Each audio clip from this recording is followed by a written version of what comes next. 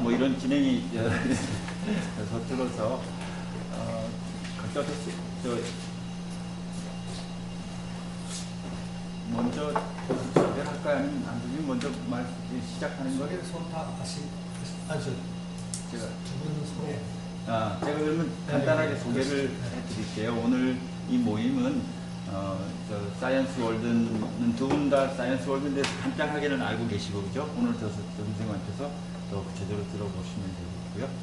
그 사이언스 월드의 그 인문사회팀에서 식당회 형식으로 동본이 화폐에 관한 어떤 것을 좀 집중적으로 논의해 볼까 해서 숙달하게 마련한 것입니다. 오늘 참석해 주신 분은 사이언스 월드 그 프로젝트 매니저이신 조재원 교수님이시고요.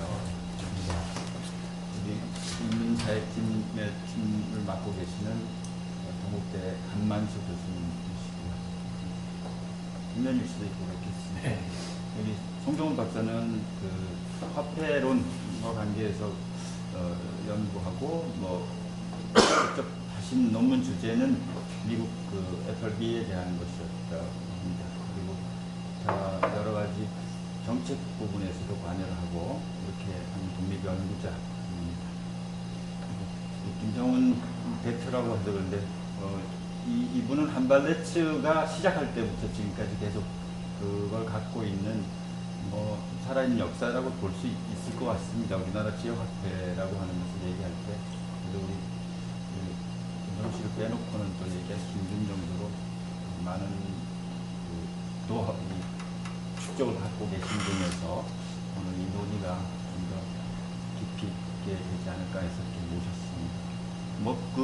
진행 방식은 특별한 격식 없이 한 10분에서 15분 정도 각자 제가 미리 해서 드렸던 그런 주제 아래서 발제 겸 메모 이런 형식으로 말씀드리고 앞으로 토론을 위한 발제로 그렇게 해주시고 집중적으로 논의하고 토론하는 쪽으로 했으면 좋겠습니다. 먼저 한 선생님이 간단하게 이제 문을 열어주시고 이제 선생님 시작해서 돌아가면서 한 말씀씩 해주시는 걸로 시작하시죠.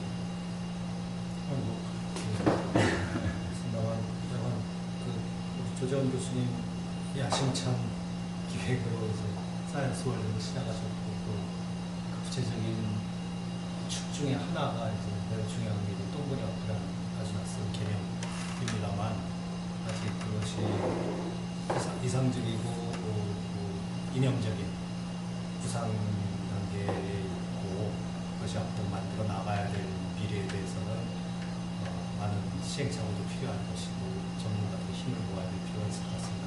그런 의미에서 이제 화폐 이론을 전공하신 분과 지역화폐 현장에서 매우 열심히 오랫동안 경험을 직접 해주신 분들이 조재원 교수님이 동거리 화폐의 제창자신 조재원 교수님과 세 분이 만나는 자리가 정말 의미 있는 자리가 될 것이고 앞으로 자주 만날 기회가 있었으면 좋겠다는 말씀 드립니다. 그래서 우리 셋은 그냥 이 자리에서 중매자 같은 역할이라고 생각하고요.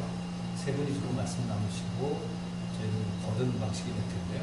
세 분이 발제를 다 하신 다음에 토론 시작할지 아니면 한 분 한 분 말씀하신 다음에 토론할지 모르겠습니다만 어떤 게 좋을까요?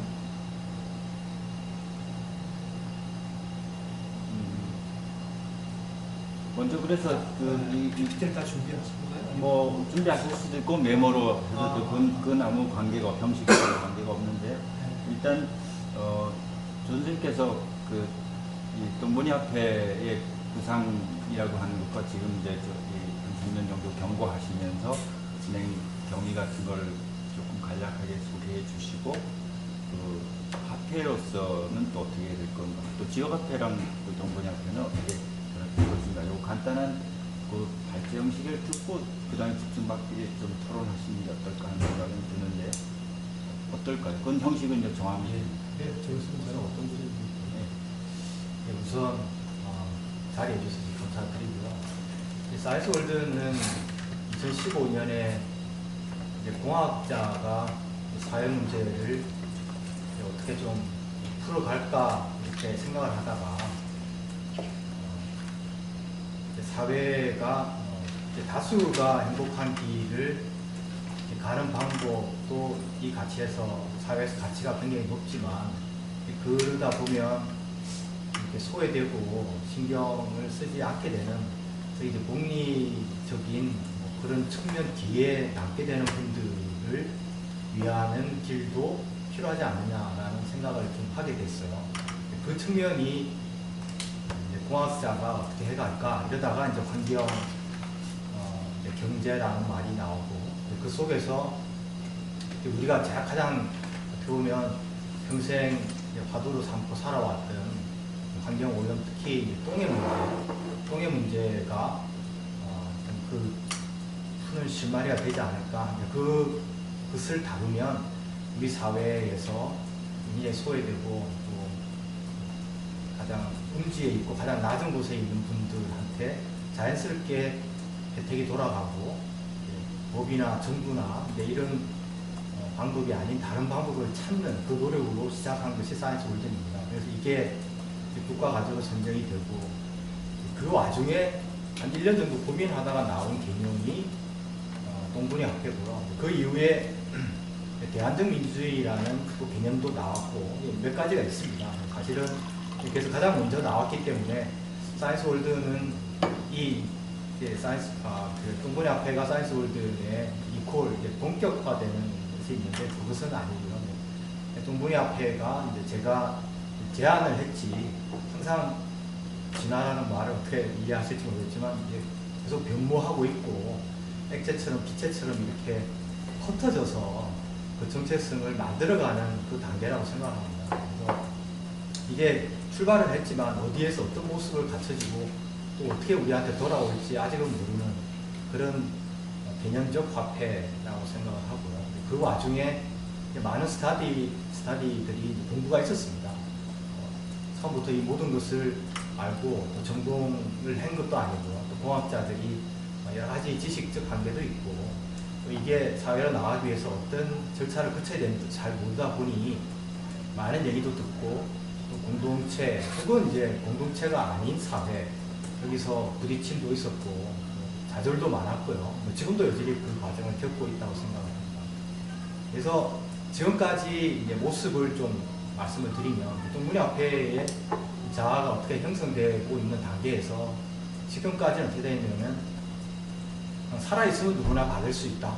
이 동분위 학회는. 그래서 이제 똥을 누면 받을 수 있다라는 거예요. 그래서 꼭 똥이냐 사람이 숨 쉬면 받을 수도 있고 살아있으면 받을 수 있고 애정이 있으면 받을 수 있고 모두를 하는데 사람의 그 존엄의 가치의 문제라는 거죠. 가치라는 것은 다른 뜻이 아니라 인간이면 누구나 가지는 그 존엄성의 문제를 가장 잘 대변하는 것이 똥이고 이것이 수세지 화장실을 통해서 버려지지 않고 에너지로 바뀔 수 있다면 그 가치는 우리가 이때까지 생각했던 경제적 가치 혹은 사회적 가치라고 하는 것들을 넘어서는 사회학적 가치 혹은 뭐 언어적 가치까지도 가능하다 이렇게 제가 믿고 화폐로 만들어서 지금의 화폐를 바꾸는 것이 아니라 혹은 뭐 지역 화폐를 어떻게 대체하는 그런 게 아니라 보안 화폐로서 아직까지는 모습을 가지고 있습니다.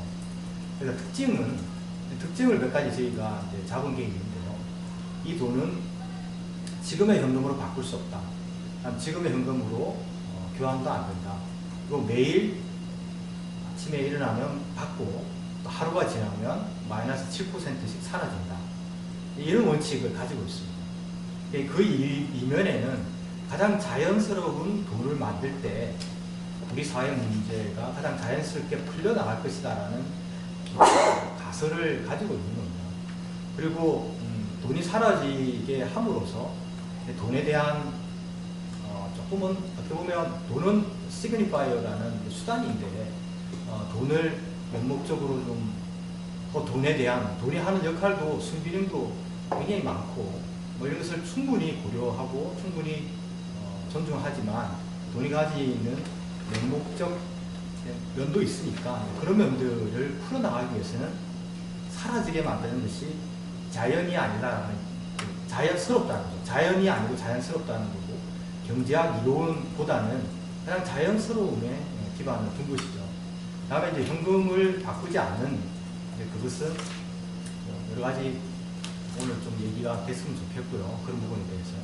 다음에 이제 기본소득의 개념을 처음부터 제안할 때부터 이 부분들이 들어가 있습니다. 그래서 누구나 매일 어떤 조건 없이 이제 들어가서 기본소득으로 되고, 그 다음에 이제 화장실을 썼을 때 혹은 누군가의 거래가 이루어졌을 때 이 사회 속에서 그러면 인간소득이라는 개념으로 동문회합회로 들어가게 됩니다. 그래서 동문회합회 내에도 기본소득과 인간소득이라는 게 있습니다. 인간존엄성, 다음에 환경의 문제, 순환경제에 기반하는 화폐와 기본소득의 개념에 두 가지 동문회합회가 있는 것이죠. 그리고 이제 그 소득을 받으면 언제든지 30%는 지금 마이너스 7%로 사라져야 된다, 30%를 나눠야 된다라는 숫자는 현실 속에서 이제 겪으면서 얼마든지 변경이 가능하다는 큰 원칙은 아닙니다. 우선 출발하지 않고는 어떤 의미를 가질지를 모르기 때문에 이제 아까 말씀드린 대로 10굴이라는 화폐 단위에 기반하는 돈이 들어옵니다. 그러면 그 중에 30%인 3굴은 반드시 나눠야 됩니다. 만약에 나누기 싫으면 시스템이나 공기중으로 날아가는 거죠. 그 돈은. 그래서 그 나눔이 아까 최초에 말씀드린 소외된 사람, 소외는 꼭 경제학적, 경제적 소외뿐만 아니라 우리 사회적 소외, 여러 가지 의미로 해석할 수 있는 그 속으로 이 돈이 또 자연스럽게 흘러가도록 이 돈을 설계할 수만 있다면 우리 사회가 가진 모든 문제는 아니지만 어느 정도의 문제들을 좀 풀어나갈 수 있지 않겠느냐, 이런 생각을 하고요. 그래서 이제 지금 현재까지는 공동체도 알아보고 사회 속에도 알아보고 유휴 자산이라고 하나요? 만약에 어떤 커피집이 있다, 빵집이 있다, 아니면 식당이 있다 이러면 거기서 마감이 다 된 그런 가게가 있다면 어차피 그 시간이 바뀌면 버려야 되는 게 있다면 동분회 앞에 그 사람들이 내어놓고 그것을 활용할 수 있는 길도 찾고요. 공유경제하고는 조금 비슷한 면도 있지만 다른 점도 있습니다. 그리고 공연장이라든지 아니면 대학로에 있는 공연장에서 평일에 많은 빈자리가 있다, 아니면 대학의 강의실이 비어있다, 이럴 때 동분회 앞에 속으로 그것을 가져와서 혹은 예술가들이 길거리 공연을 하든 노동자들이 어떤 노동을 다른 차원에서 제공을 하든 동분회 앞에 속에서 그 가치를 담고 서로가 교환할 수 있는 그 연결의 그 선들을 점들이 선이 되는 그 절차들을 담을 수 있는 그런 과정을 가지고 이제 노력하고 있고요. 그래서 이제는 앱이 만들어져 있고요. 그 다음에 다양한 대학의 수업에서 이 점들을 테스트하면서 학생들이 자연스럽게 동분회 앞에 속으로 이해할 수 있는, 혹은 나눔이 뭔가, 기본소득이 뭔지, 혹은 환경순환 경제가 뭔지를 이해하는 그런 시도들이 현재까지는 이루어지고 있고요. 그 다음에 홍동과 함께 지역화폐와 함께 할 수 있는 그런 고민도 하고, 그 다음에 해외에는 인도의 오로비라는 50개국의 공동체가 있습니다. 이쪽에는 지역화폐가 어느 정도 좀 쓰이다가 나름대로 본인들이 얘기합니다. 제가 얘기한 것이 아니고 실패한 사례들이 있습니다. 그래서 그쪽에서도 왜 실패했는지, 지역화폐가 잘 되는 데도 있지만 그 지역에서는 실패했는지, 또 동문회화폐가 그쪽 지역화폐가 가졌던 한계를 극복할 수 있는 길은 없는지, 이런 연구도 저희가 하고 있고요. 또 가장 최근에는 을지청계 상가의 400 상가들이 서로가 철거의 위기가 있는데, 그 속에서 이 동문회화폐가 이제 그분들이 가진 연대, 그분들이 가진 가치의 순환, 이런 것들, 그다음에 시민들하고의 유대관계를 동문회화폐를 통해서 할 수 있는 길이 있는지 상가분들하고 얘기를 나누면서 조금 노력하고 있고요.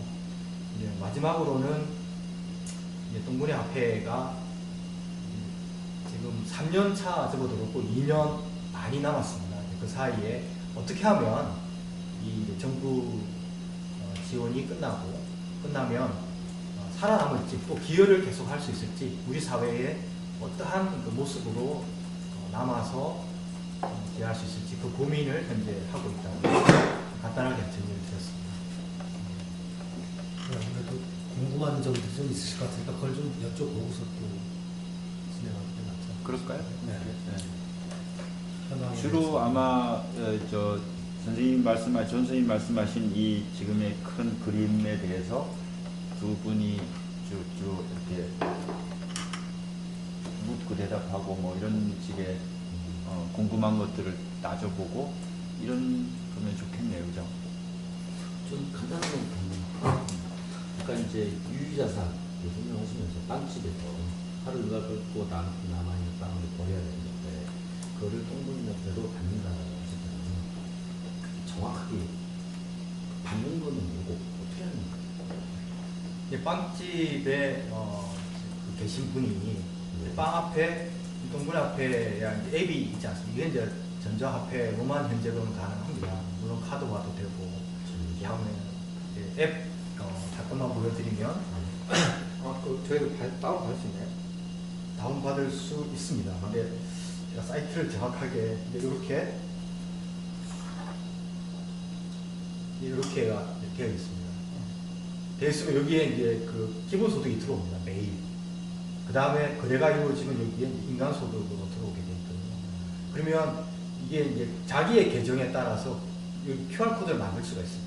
QR코드를 만드는 사이트에 들어가서 나는 이 빵을 2꿀에 팔겠다라고 해서 넣으면 이 QR코드가 나옵니다. 그러면 남아있는 빵들 앞에서 이제 QR코드가 딱딱 갖다 놓는 겁니다. 그러면 이제 거래가 일어나는 거지 않습니까? 그러니까 사는 사람이 클릭을 해서 빵을 가져가면 그 가게 주인한테 이 꿀이 넘어오게 됩니다. 그렇게 해서 거래가 이루어진다는 것이죠. 그런 네. 말씀. 네. 그러면 이제 이분은 이제 끝나고 나서 근데 이 돈을 어디에 쓰지? 한데 다른 커피 가게가 있다든지 아니면은 어떤 대학로에 있는 연극 공연이 있다든지 이럴 때 이제 이걸 들어가서 이렇게 하게 되는 거고 뭐 이런 식의 거래가 일어나게 됩니다. 그래서 제가 동문화폐를 얘기하다 보면 이런 여러 가지 얘기를 하면 그러한 것에 대한 자본은 어디서 나오느냐, 자본은 어디서 나오느냐, 이런 가치는 어디서 나와서 그걸 시작하느냐. 지역화폐도 이제 기준에 따라 다르지만 어떤 데는 투자를 해서 시작하는 데도 있지 않습니까? 현금하고 항상 연결을 하는데 동문화폐는 현재의 화폐하고 연결고리를 가지고 있지는 않습니다. 아직까지. 뭐 나중에 어떻게 될지는 모르겠지만. 그러면 얼마나 하셨어요? 왜? 네, 앱을 한 지가 한 1년 정도 됐고요. 네. 그러면 총 이렇게 단위가 뿌리라고 하셨는데 네. 총 어느 정도 되죠? 총 합쳐가지고요. 거래량. 거래 누적량이요. 누적 발행량이라고. 그것은 이제 지금 시스템 안에 들어가면 확인할 수는 있는데요. 저희가 그렇게까지는 아직 시스템은 어디? 시스템은 학교에 있습니다. 학교에 있고. 네. 앱으로 돼 있고 예. 모두 다 맞습니다. 실시간 스마트폰으로 할 수 있고. 맞습니다. 가입자는 가입자가 뭐 많지는 않습니다. 뭐 이게 아직 받아주는 데가 없기 때문에 가맹점은 적고 예, 예. 그다음에 많이 참여하는 사람이 한 3, 400명? 예. 지역은 밀집돼 있고. 그렇죠. 울산처럼 아니면 이제 경주에 저희하고 연계가 되어 있는 연령대 대부분 뭐 젊은 분들, 그다음에 고등학생, 예, 그렇게 보시면 그러면 네. 그 지출의 그 목적은 말씀하신 공연이나 가맹점에 한정돼 있습니다. 가맹점이 늘어날 수 있지만 뭐 아직까지는 상관없죠. 네, 빵을 먹던지 네, 네. 지금은 공연. 뭐 그런 것도 다 되는 건 아니고요. 아니 예. 지금 현재 이제 할 수 있는 거 지금 할 수 있는 거는 거의 없다고 보시면 돼요. 아직까지 있긴 있는 거죠. 있긴 있는데 거의 없다고 보시면 아까 원칙에 예. 따라서 마이너스 네. 7%씩 감해진 가능성이 네. 되고 네. 누적 총량이 이제 아직 계산이 안 되지만 예, 예. 계속 이제 가능성이 되거든요. 네. 근데 마이너스 10%씩 가면 하루입니다. 이게 연 마이너스 10%가 아니고 하루, 네. 하루에 마이너스 10%면 한 달이 지나면 오늘 받은 돈은 거의 사라집니다.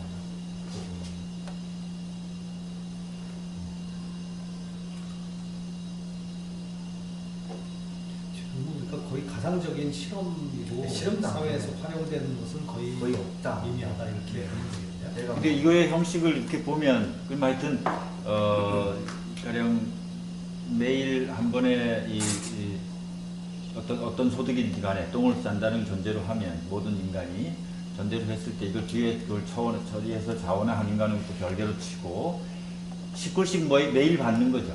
네. 10불씩 매일 받고 그 받은 10불은 매일 7%씩 그 명목 가치가 없어지는 거고 그리고 받은 10불의 30%는 반드시 기부 형태로 누구와 나누는 것이어야 되고 기부라는 말을 이제 좀 안 쓰고 이제 그냥 나눈다 이렇게. 네, 나눈다. 예, 예. 하여튼 누군가에게 네. 누군가의 어떤 욕구 충족을 위한 다른 것으로 이렇게 네. 주어지는 선물 같은 형태로 아니면 이제 준다. 선물 되든지. 그렇죠, 맞습니다. 그렇게 되는 거잖아요, 그죠? 네. 그런 의미도 있어요. 이제 연결이 되면 가치가 또 생기는 면도 있으니까요. 뭐 제가 아침에 이제 똥을 누고 썼을 때 돈이 생기면 누군가한테 돈이 날아가지 않습니다. 근데 만약에 어머니한테 했다. 그럼 어머니가 아침에 뿅 날아오는 거죠. 그럼 딸한테서 똥이 오늘 딸이 뭘 잘 썼구나 라는 이제 알게 되는 서로가 연결되는 것을 자연스럽게 확인하는. 네. 그게 어떤 걸 지칭하는 거죠? 어머니 딸 아까 표현하셨을 때, 그러니까 일단 어느 특정한 그 시간에 이제 하루 후에 네. 이제 그렇죠. 예 오겠죠. 그리고 다른 사람한테 갈 수 있는 경우는 어떤 거예요? 지금 안에 그 가입자가 쭉 뜨지 않습니까? 예. 그러면 누구든지 고를 수가 있는 거죠. 그게 내가 꼭 친구한테 가지만 이 시스템 속에서 존재하는 사람들 중에서 이 사람한테 내가 주고 싶다는 그 사람을 택할 수 있습니다. 물론 뭐 거절할 수도 있지만 한도가 없는 거죠? 네, 한도가 한도가 없습니다. 명명이 특별히 될 수 있죠. 재화나 서비스가 나눠지지 않아도 그냥 줄 수 있는 거예요. 증여를 할 수 있는 거예요. 네, 네. 그래서 만약에 이제 제가 뭘 걸고 받는다 그런 얘기를 저희가 하거든요. 제 동료한테 한 2만 원을 김 교수님, 한 교수님 제가 2만 원 이렇게 드리면 이 사람이 미쳤나 그러지만 우리의 동분의 화폐를 주면 고마워 이렇게 자연스럽게 받을 수 있는 돈이 우리 사회에 좀 존재하는 선물 경제.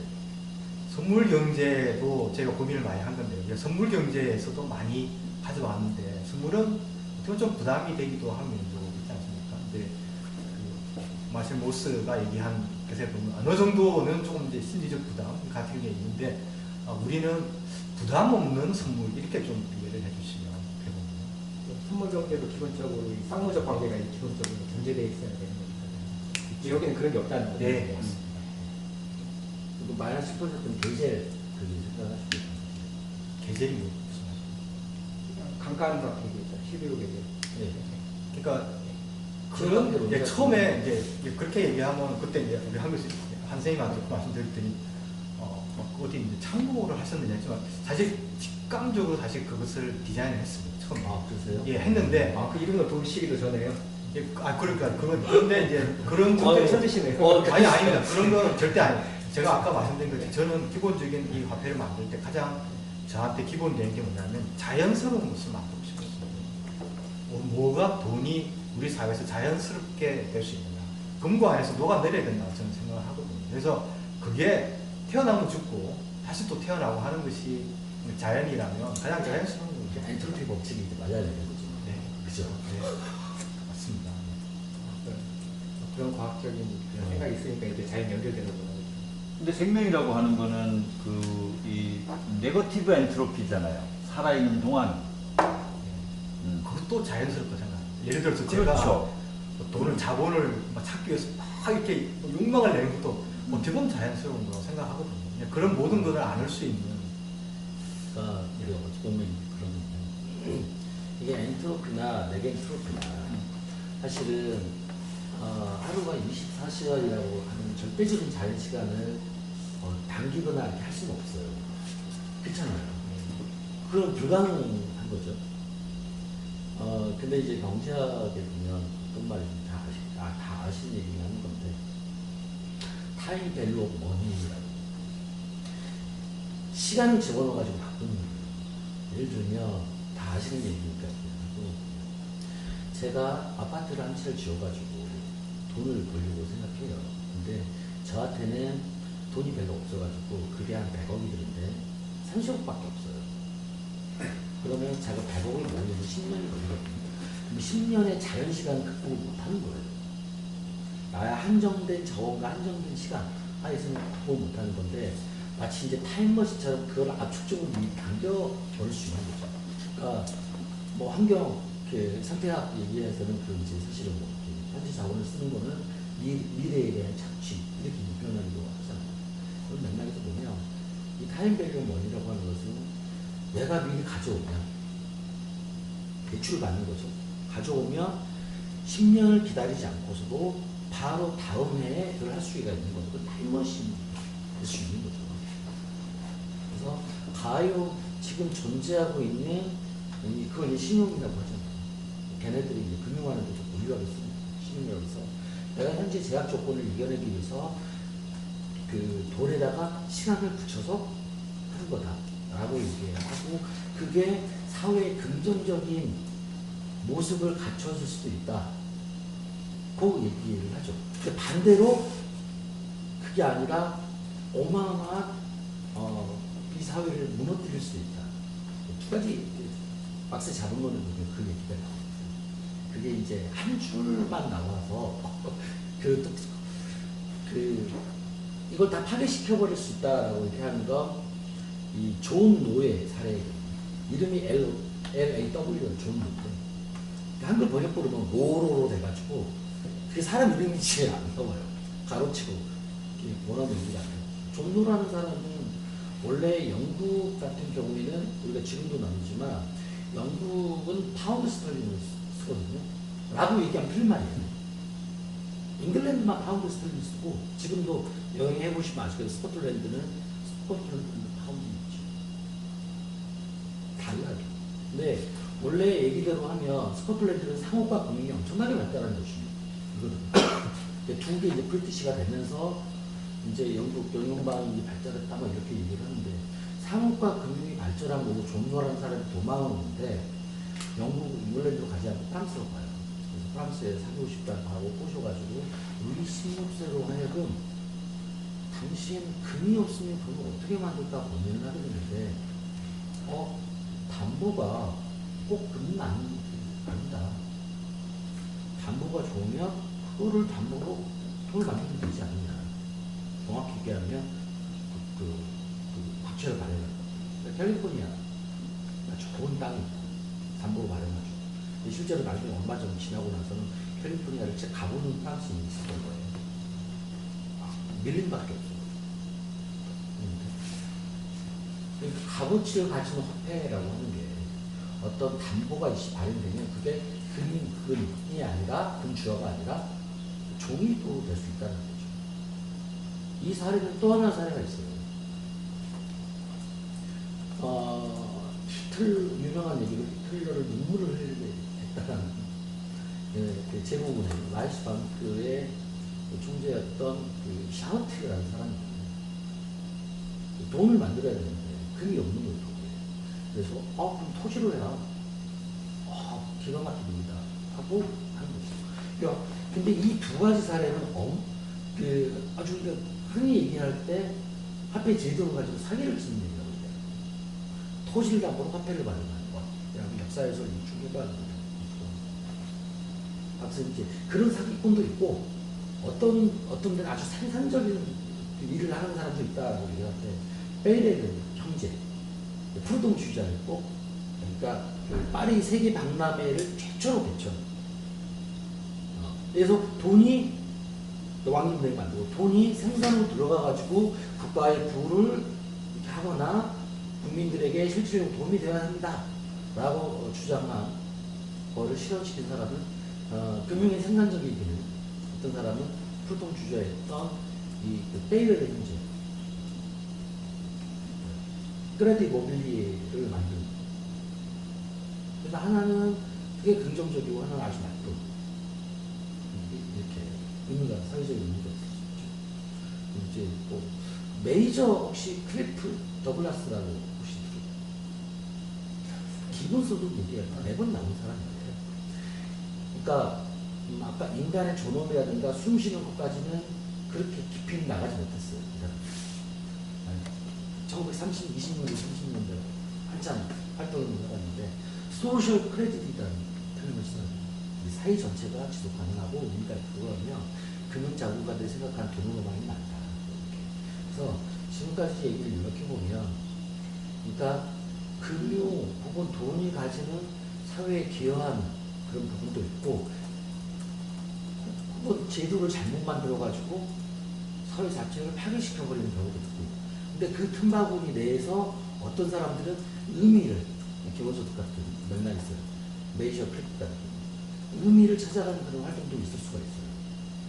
그래서 어찌 보면 뭐 인문사회학적 혹은 인문학적인 상상력을 발휘하고 이런 북가단이나 이런 실천보다 작은 부분에서 실천이라는 게 우리가 아까 말한 소외라고 얘기를 하거나 그런 중심부에서 벗어나 있는 그런 역할을 있는 사람들을 이렇게 가족권이라고 할 수 있나 이런 동감을 한다는 얘기예요. 그 이제 아까 스코틀랜드 존로 같은 경우에는 그 돈의 역사에 꼭 등장하는 인물이더라고요. 그래서 민중한테 나중에 좀 비판받아서 조롱을 받는 대상이 되기도 나중에는 하고 망명도 가고 처음에 어쨌든 또 스코틀랜드 출신으로 저 알고 있는데 어떤 이렇게 와서 왕을 설득해서 또 성공 굉장히 한 사람이다 나중에 그런 신용은 조금 더 우리 앞에가 가진 성격을 좀 제가 이해를 하면 그런 거죠. 지금의 가진 화폐에서 순기능적으로 대해서 그게 사회에 기여하는 부분들도 있지만 그런 부분에 다 부정하고 이제 출발하는 건 아니고 예를 들면 이제 커피 한 잔이 얼마냐, 아니면 빵이 얼마냐, 아니면은 대학로에서 연극 한 편을 볼 때 얼마냐라면 그게 어떤 지역 화폐든 현재 화폐든 얼마 이렇게 딱 하면 되게 생각을 하잖아요. 아 이게 얼마구나. 그리고 이제 우리가 미국에 가서 이제 커피 한 잔을 먹으면은 5달러 그러면 처음에 한국 돈은 얼마지? 항상 이렇게 생각을 한다는 거죠. 그러다가 조금 익숙해지면 그 지역에 맞게끔 이제 한국 돈을 생각 안 하는데 그것을 저는 좀 노렸거든요. 노리면도 있어요. 그럼 이제 공분위 화폐를 가지고 커피를 하면 커피 주인이 1꿀 이렇게 딱 내놨다고 하면 생각을 하고 어떤 발효집에는 100꿀 이렇게 만약에 극단적인 차이가 있는데 그러면 한 사람이 똥이 가진 가치를 기준으로 삼는 거죠. 어떻게 보면 이제 유니버스 카운트를 하나 새롭게 흔들어버리고 싶은 거거든요. 그럼 이 사람은 나는 사람이 똥을 수세미 화장실에서 하수처장을 내보내지 않고 이 사회 속에서 에너지를 바꿨을 때 나오는 가치가 10꿀인데 그게 이 커피하고 비교했을 때 어떻게 되는지 사람들이 고민하게 만들고 싶었거든요. 그래서 이게 현대의 금액하고 완전히 다르게 뭐 단위도 바꾸고 그 숫자라는 매직도 바꿔서 한번 해보고 싶었던 거예요. 그래서 존로라든지 아니면 그 이번에 뭐 영국에서 전쟁을 하기 위해서 만들었던 돈 이런 여러 가지들하고 좀 다른 건 뭐냐면 기준이 어디에 있느냐를 조금 이렇게 흔들어야 사회가 가진 생각들을 흔들 수 있다라고 믿어서 아까 말씀드린 조금 추가를 드리면 전혀 다른 단위, 전혀 다른 연계가 없는 그런 가치 기준을 만들고 싶었던 거죠. 우리나라에서 흥선대원군 하면 모르는 바가 없어요. 모르는 사람이 없어요. 흥선대원군의 이제 그 당백전은 그 뜻이 일장백이잖아요. 그래요? 일장백이에요. 예. 그러니까 전공으로 하면 디노미네이션을 하는 거예요. 화폐개혁을 한 거죠. 박정희 같은 사람들. 조선조에 보면 우리는 이제 전통적으로 저하라고 이렇게 정의화폐. 원래 우리나라는 이제 화폐 상인 이런 걸 싫어했지. 천박하게 생각되고 경제가 돌면 안 된다. 그다음부터 실학자들 가지고 그렇게 했는데 그 얘기를 하기에 앞서서 한번 여쭤볼게요. 흥선대원군의 그 개혁정치 중에 일당백이라고 하는 당백전 정책이 실패했던 거는 교과서의 설명을 다 믿으시는 거예요? 어떻게 되어 있나요? 제가 하도 오래 중학생고등학교 때. 네, 공부 별로 안 하고. 시장이 질서를 무시하고, 네. 걔가 경복권 정립제도를 내가지고, 그 내탕금이 다 소진된 다음에 돈이 없으니까 그거를 다 하려고 했다, 뭐 이런 거잖아요. 일방적으로. 그거에 다 동의하시는 거죠. 잘 모르죠. 그거밖에 못 들었으니까. 실패한 이유가 따로 있어요. 저기 뭐냐. 헌법재판소 같은 여대가 있는 거기가 있었거든요. 경도여대. 네, 그렇죠. 거기 대학원 안에 보면 흥선대원이 거기 모았었는데 거기 김인범이라는 사람하고 그래가지고 이걸 짜요. 짜는데 이거는 그 극비에 짜는 거죠. 화폐제. 예전에 다 아시겠지만은 극비니까 같이 한번 역사 얘기를 쭉 같이 했거든요. 박정희가 8.3 조치를 할 때 6개월 동안 짜요. 그 올림피아 호텔에서 김정년이라는 사람 아직도 살아있어요. 작년에 봤는데 박근혜하고 같이 자기가 미국에서 이렇게 가는 거예요. 6개월 동안 짜요. 이 8.3 조치의 핵심은 뭐냐면 사실은 사채 동결인데 단순하게 사채 동결이 아니라 우리는 전부 다 코퍼레이트 파이낸싱이라고 하는 기업의 자금 조달을 그러니까 그 관상 보고 빌려주는 요즘 같은 거 이런 걸 했었잖아요. 은행 제도가 발전하잖아요. 그래서 은행 제도로 바꿔요. 그때부터. 물론 바꾼 와중에 사채 빚이 너무 많은 기업들의 내부 정보를 다 주면 자기가 상환해주고 내부 정보를 안 주면 그냥 네가 알아서 라고 하는 조건을 걸어서 기업의 모든 내부 정보라고 하는 취약점들을 다 챙기죠. 그러면서 본격적으로 기업들을 지배하고 정치자로는 자기 멋대로 하는 그런 경제다. 근데 국민을 보면 현대적인 은행을 통한 자금 조달 메커니즘을 만든 거예요. 아주 강력한 그 중앙집권적 권력이라고 할 수 있죠. 군부도 있죠. 저는 그게 없어가지고 흥선대원군이 실릴까. 이 흥선대원군이 일상벽을 만든다고 했을 때는 경복권 재건인 거죠. 경복권 재건이라는 건 말 그대로 그 루즈벨트가 했던 것처럼 대대적인 그 확장적 재정 정책인 거죠. 어마어마한 정부공사. 그러면 민간에서 GDP라고 하면 민간 소비와 민간 투자가 국내 수요, 쉽게 말해서 내수거든요. 내수가 진작되지 않으면 경제 성장이 안 돼요. 그럼 정부 부분이 치고 들어가요. 그렇죠? GDP가 세 가지. 하나는 민간 소비, 다른 하나는 민간 투자, 다른 정부 지출인데 이 두 가지가 안 움직여요. 내수가. 국내수라고 해서. 그럼 정부가 지출을 늘리는 수밖에 없어요. 정부가 지출을 늘리는 수는 가장 쉬운 거는 전세. 혹은 대규모 공사를 하는 거죠. 대규모 공사를 하면 돈이 있어야 되는 거잖아요. 돈이 없어요. 그래서 민간의 자본을 잘 빨아들여요. 그리고 그를 민간 투자 안 하면 일자리 안 받으니까 내가 하겠다는 거예요. 근데 실패를 했죠. 실패는 간단합니다. 어떻게 됐냐면 당시 이제 문헌들을 보면 나오는데 당시 마포나루에 보면 이제 우리나라 팔도에서 온 삼남의 모든 것들이 모여요. 생필품이 모이겠죠. 그거를 그 상인들이 뭐 송방 뭐 이런 의상을 전부 다 내선배제로 합니다. 왜?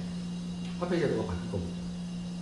매점매수를 하면 품귀 현상이 일어나잖아요. 물가가 풀었죠. 절대 안 풀어요. 정부하고 싸우는 건 어떻게 싸우냐면 정부의 화폐라고 하는 두 가지 특징이 있는데 하나는 뭐냐면 그 둘 중에 하나는 이걸 가지고 세금을 내야 하는 거예요. 그러니까 당백점 가지고 세금을 내야 되는 거잖아요. 그래서 일부분 유통이 되긴 했어요. 근데 당백점 갖고 커피를 못 사 먹는 거예요. 왜? 이미 풍비돼 버렸으니까. 가격이 올라갔으니까. 근데 사실은 그거는 하이퍼 인플레이션이 발생해서 우리가 그거를 못 사 먹는 것이 당백점 때문에 못 사 먹는 건 아니에요. 그러니까 핵심적으로 당백점 제도가 실패했던 거는 다른 원인이 있어가 아니라 가장 중요한 원인으로 뭐 때문이냐면 상인들의 매점 매력으로 견디지 못했던 거죠. 화폐 제도가. 그러니까 박정희는 승리하고 해전대원군이 실패했던 건 강력한 정치력, 군사력이 없었던 그런. 제가 이 얘기를 할 때는 약간 좀 튀네요. 매번 제가 루즈벨트 얘기를 합니다. 루즈벨트가 대공황 때 이제 당선이 된 사람이잖아요. 후보 다음에. 근데 루즈벨트가 당선되고 우리 뉴딜 금융정책 막 이렇게 하는데 이게 금융정책으로 바꾸려면 어느 정도 힘이 필요한가에 대해서 말씀드리면 루즈벨트는 토요일날 취임을 한 사람이에요. 토요일날 취임했으니까 당연하게 임기 시작 월요일입니다. 그죠? 임기가 딱 시작됐어요. 임기가 시작되고 첫 번째 자기가 정책을 시행하는데 그게 뭐냐면 미국에 있는 모든 은행의 문을 4일 동안 닫아버리는 거예요. 내셔널 뱅킹 홀리데이입니다. 뱅킹 홀리데이는 원래 은행이 쉬는 날이잖아요. 내셔널. 전미은행 휴업은 월요일부터요? 아니요. 네, 월요일부터. 7일 첫날. 자본주의 금융 시스템을 정지를 시킵니다. 이거는 파리콤뮌 때도 안 했던. 파리콤뮌 때도 프랑스 중앙은행, 방크 프랑스는 이거는 아주 그 경제에 관련된 거니까 저 왕각파 이런 애들 상관없다. 무죄하고 상관없으니까 이거는 그대로 놔두자. 그래서 그 돈 빼가지고 반행동분 줘가지고 자기가 당한 거잖아요. 그러니까 그 공산주의나 사회주의자들도 파리콤뮌의 이제 전사들도 생각하지 못했다. 자본주의 작동 시스템을 멈춰버려.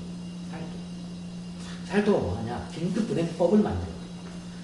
마지막에 목요일 정도 돼가지고 하루 만에 상원, 하원 다 통과합니다. 우리가 다라는 금융제도 중에 카터글래스가 뭐 이렇게 만들었던 상원 의장이었을 때 만들었던 글래스-스티그법이라는 게 있어요. 글래스-스티그법은 소규모의 많은 금융 자본을 갖고 있는 애들은 이게 은행업으로 들어오지 마. 금산분리 같은 거죠. 근데 그 카터글래스가 경제 전문가인데 당시를 뭐라고 했냐면 나 그 법안 읽어보지도 못했다. 그러니까 민주공화 양당의 상하원의 의원들이 그 법안에 사인을 한 거는 읽어보지 못하고 사인한 거예요. 그러면 취임 첫날에 루즈벨트가 과연 어떤 근거로 그렇게 막을 수 있었냐면 당시 근본위제였거든요. 근본이 적성국에 관한 법이라고 있어요. 그러니까 그 나라하고 나하고 전쟁을 하면 그 나라에다가 자금 이체하는 거를 막아야 되는 거잖아요. 그러니까 금을 유치를 시키지 말라는 거잖아요. 자금 막는다는 거. 그거는 내가 전쟁하는 대상국하고 하는 거. 다른 말로 하면 제가 제 식으로 얘기하면 그거는 계엄령을 선포하는 마찬가지예요. 그리고 뭐 했냐면 바로 우리가 잘 알던 뉴딜의 금융정책, 개혁정책을 전부 다 받아요.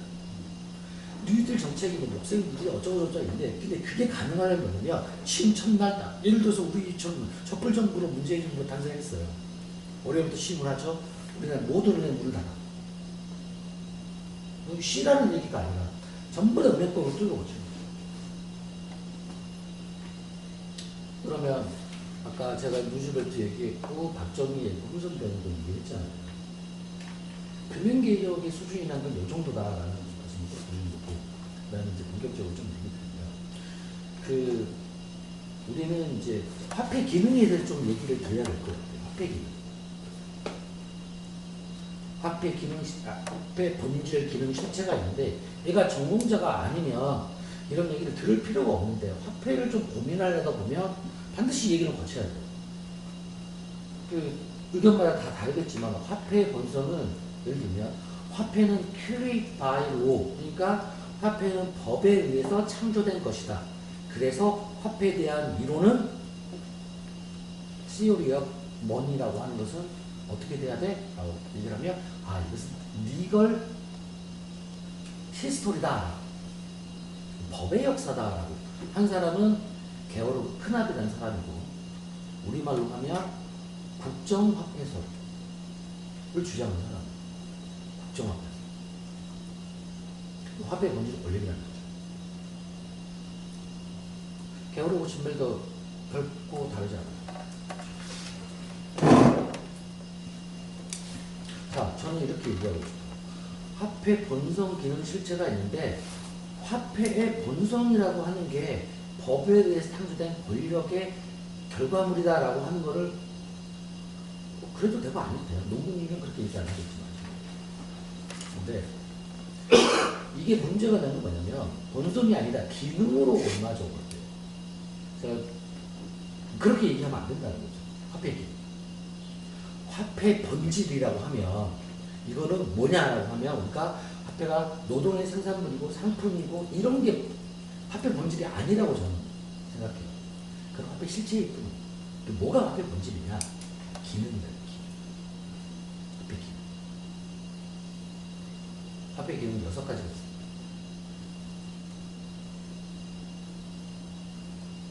그 6가지가 평면적인 게 아니라 다 위기 구조가 있는 거예요. 1번은 가장 낮은, 2번은 1번을 다 역할하고 2번으로 도전, 2번째 단계. 이 6번째 단계에 가면 최고 정점이에요. 그럼 6번째 단계에 있는 다른 것들 전부 다 하는 거예요. 모든 돈이 근데 다 똑같은 돈이라고 할 수 없는 거죠. 조금 심하게 얘기 드리면 학급에 50명이 있으면 모두 다 이쁜 학생이긴 하지만 사실은 성적으로 안 매길 수 없거든요. 성적으로 매기게 되면 1등이 있고 꼴등이 있는 거잖아요.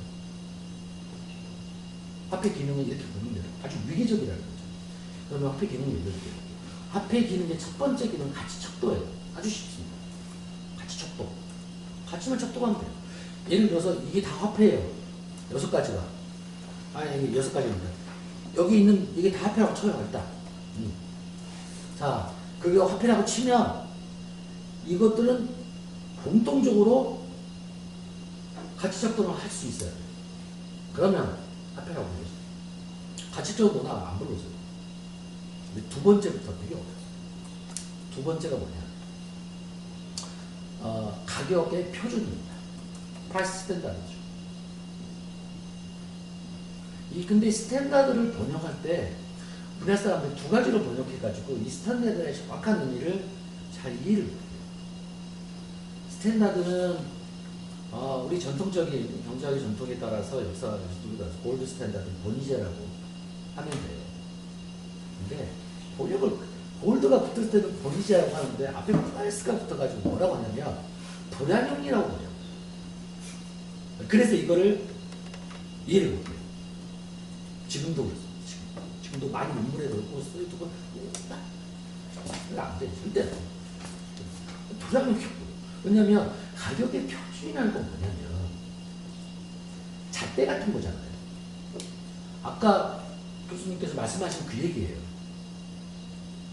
내가 유닛 오브 카운트 그러면 계산에 다니는 회계에 다니는 거잖아요. 내가 이걸 흔들어 버리고 싶었다라는 거잖아요. 가치 척도가 있긴 있어. 근데 말씀하시는 거는 이게 사람 생활하는데 단위도 아니고 그 다음에 내가 생각할 때 이만큼 필요하다는 적절한 그 단위가 아닌데 그렇게 막 사용하고 있더라. 그래서 내가 생각할 때는 우리의 삶과 관계없는 그런 단위라고 하는 것들이 있는 것 같은데 그 단위를 흔들고 싶다라는 그런 취지로 아까 말씀을 했다 들었거든요. 하필 두 번째. 그러니까 이것 중에서 이제 얘는 가치 척도밖에 못해. 얘까지는 가격이 표준이 돼요. 요걸 할 수 있는. 그러니까 가치 척도만 하는 화폐가 있고 가격의 표준을 기능을 못하는 화폐가 존재할 거 아니에요. 그러니까 교수님께서 얘기하셨던 거는 그렇게 노력을 하고 싶다라는 거잖아요. 두 번째 단계. 그러니까 이 한 단계 한 단계가 다 어마어마하게 위기적이고 그게 그냥 하고 싶다고 된 게 아니라 말씀처럼 엄청난 노력, 거의 투쟁을 해야 되는 거예요. 그러게 되면 세 번째가 오는데 그 세 번째가 되면 이제 가능해요. 왜? 비교 가능하니까. 교환할 수 있어요. 화폐의 두 번째 기능에서 마련해둔 단위로 비교하는 거예요. 아니 우리 저기 사실은 그렇게 그렇게 교환해야죠. 경제학에서 얘기하면 그렇게 얘기합니다. 자본주의 경제라고 하는 것은 가장 기본적으로 등가 법칙 이거잖아요. 등가 교환이 아닌 거잖아요. 내 경제외적 강제가 없는 사람.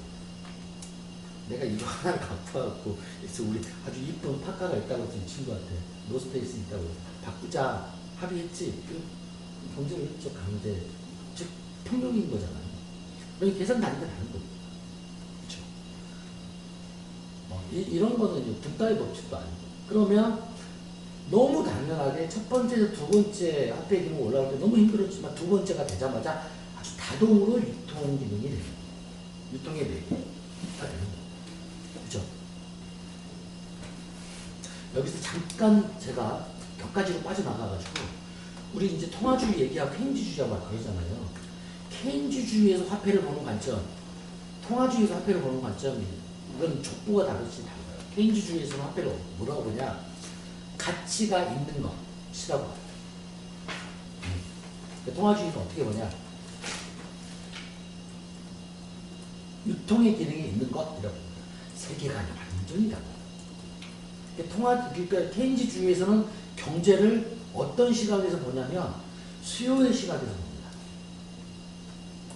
통화주의는 당연하게 공급의 시각입니다. 이거는 화해할 수 없어요. 잘 토론해가지고 합의점을 만들어서 이럴 수가 없어. 왜냐하면 세계관 자체가 다르기 때문에.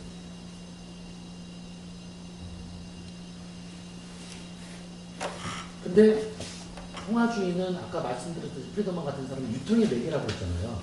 모든 거를 이거로 설명해. 모든 것을. 근데 케인즈주의는 상당히 은행이 약해요. 왜? 왜 약할까? 가치가 있는 것, 돈을 가치가 있는 것이라고 정의하는 것은 화폐와 기능과 관련이 없어요. 뭐냐?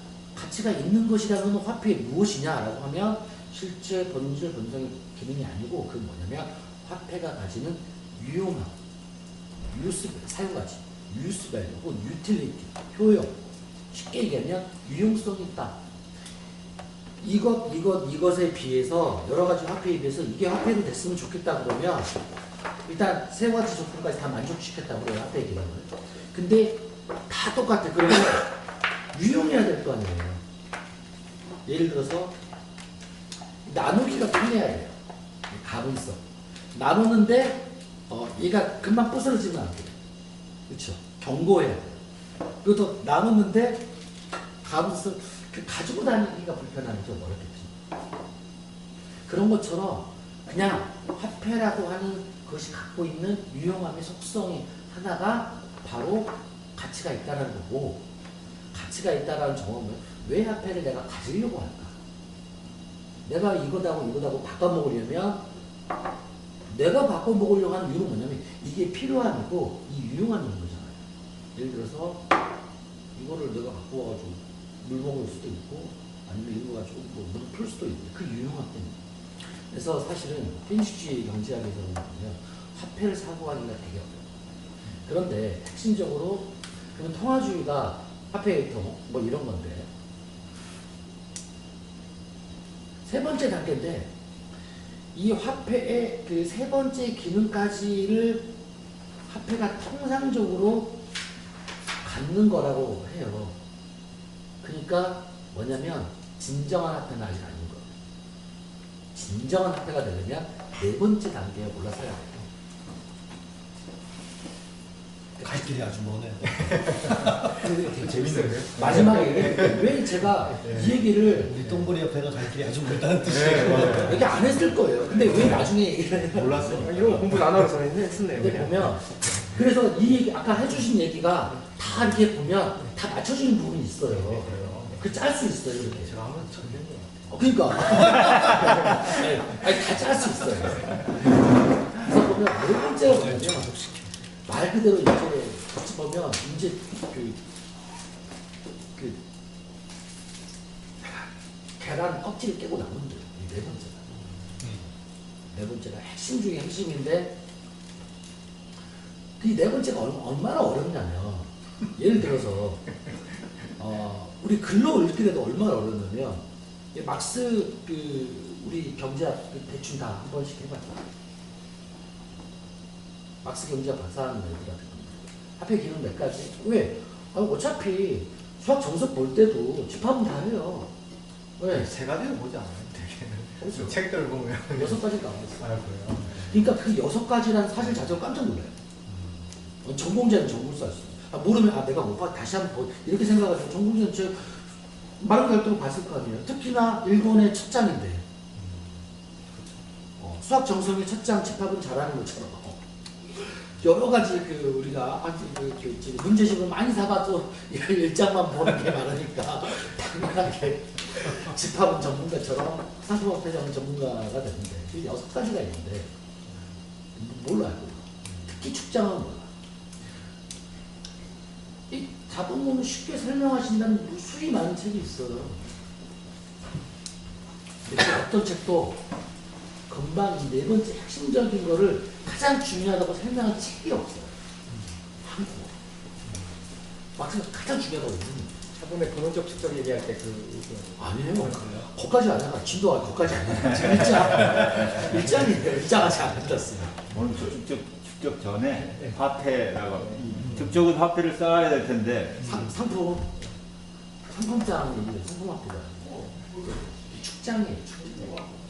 근데 축장이란 말은 퇴장이란 말도 있는 거잖아요. 우리 저도 초등학교 중고등학교 때 그렇게 배웠어요. 축장은 딱 두 가지를 설명할 수 있다. 하나는 할머니가 뒤편에 가가지고 황파 가지고 독에 묻는 거. 다른 하나는 뭐냐면 장판 밑에 넣는 거. 그래서 이제 온돌 때문에 타는 거. 축장이 생산적인 기능이 있을까라고 물으면 배경은 아니다고 그래요. 근데 이건 아주 대단히 아이러니한 거죠. 축장의 생산적인 기능이 없다라고 하는 거는 이건 거의 어떻게 보면 함정을 파놓고 질문한 거랑 똑같아요. 그 축장이라고 하는 것은 정의상 알다시피 유통에서 빠진 거를 의미하는 거잖아요. 유통에서 빠졌다라는 정확한 의미는 생산 과정에서 빠졌다는 얘기잖아요. 그럼 빠져가지고 어디 가겠습니까? 진짜로 장판 밑으로 가거나 장독으로 들어가는 게 아니에요. 자, 제가 맨날 비유를 합니다. 과일이 많은 집은 우리가 뭐라고 하죠? 과일 가게라고 그러죠. 그러면 철이 많은 집은 철문을 해야 돼요. 은행이 어떤 집이죠? 돈 많은 집이죠. 축장이라고 하고 유통에서 빠졌다라고 하는 건 은행이 발생했다는 얘기예요. 왜 사실 화폐의 네 번째 단계가 지극히 진짜로 화폐가 경제적인 본성을 취해야 된다라고 할 때는 은행이 없는 사회가 있을 수 있어요. 화폐가 유통의 매개는 돼요. 근데 은행이 없어요. 은행은 되게 재밌습니다. 뱅크가 원이죠. 빠르게 말씀드리면 있습니다. 은행은 뱅크, 반철 이런 건데 그 예수가 저기 이제 이렇게 되셨던 것은 사실은 납비들이 고발한 거잖아요. 제자를 읽고 시나고그로 들어갔어요. 유대교회. 그러니까 근데 이제 예수가 보시기에 성전을 이렇게 그래서 성전을 숙정하셨죠. 한자로 얘기하면 성전을 숙정했다는 얘기가 뭐냐면 시나고그 안에 성당 안에 자판을 깔고 이런 걸 깔고 이런 거 위에다가 환자놈을 보고 있는 걸 뒤집어요. 그래서 성전을 숙정하셨다. 그림이 애칭하더라고요. 근데 이걸 뭐라고 그러냐? 이걸 반철이라고 불러요. 이걸 뒤집는 걸 뭐라고 하냐? 뱅크 크럽시라고. 이거는 당연히 뱅크죠. 그러니까 은행이 뚝이 아니라 사실은 자판, 탁자를 가리킵니다. 우리가 벤치할 때 그 말이 벤치가 의자가 아니에요. 그러니까 은행을 경제산업으로 보는 거죠. 용납할 수가 없죠. 경제산업. 근데 그게 은행이 되는데 우리 현대적 은행은 당연하게 이제 뭐냐면 메디치 때 현대적 은행이라고 얘기를 하는데 그러면 우리 대충 이제 뱅크가 왜 뱅크가 되는지 알았단 말이에요. 그러면 뱅크가 왜 은행인지를 알게 되죠. 은행이 왜 어렵냐면 은행이란 말은 쉽게 얘기를 하면 은자하고 한자하고 결합된 거잖아요. 이 은자는 뭐냐면 동양이 은본이지 않기 때문에 은자라고 해요. 너무 간단하죠. 그러면 행자만 알면 되는 거잖아요. 이 행자가 무슨 뜻일까? 행자는 중국말인데 그 직인조합이에요.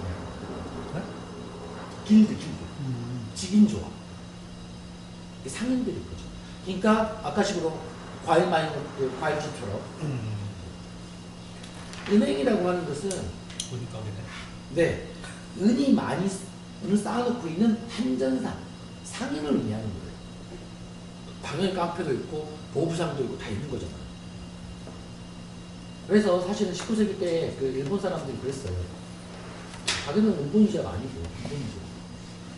아니 뱅커를 그 논쟁이 있었어요. 이번. 뱅커를 왜 운전이라고 해야 돼? 우리가 중국에 예속도 아닌데. 금액으로 하자. 금액으로 하자. 논쟁이 있었어요. 근데 결국 표준을 따랐어요. 그래서 근데 핵심적인 여기서 아이러니가 또 하나 등장하는 건 뭐냐면 뱅크를 은행으로 옮겼지만 중국에는 이 뱅킹 시스템이 존재하지 않는다. 뱅크는 은행, 뱅킹은 은행이 하는 일. 좀 어려워집니다. 은행이 하는 일. 그럼 뱅킹. 그럼 은행이 하는 일이 뭐야? 라고 부르면 은행이 하는 일은 세 가지가 됩니다. 일단 우리는 자연스럽게 넘어갔어요. 은행이 왜 발생했는가? 아니 생산 과정에서 빠져가지고 돈이 쌓여있는 것 같은 은행이 됐다는 걸 알고 있어요.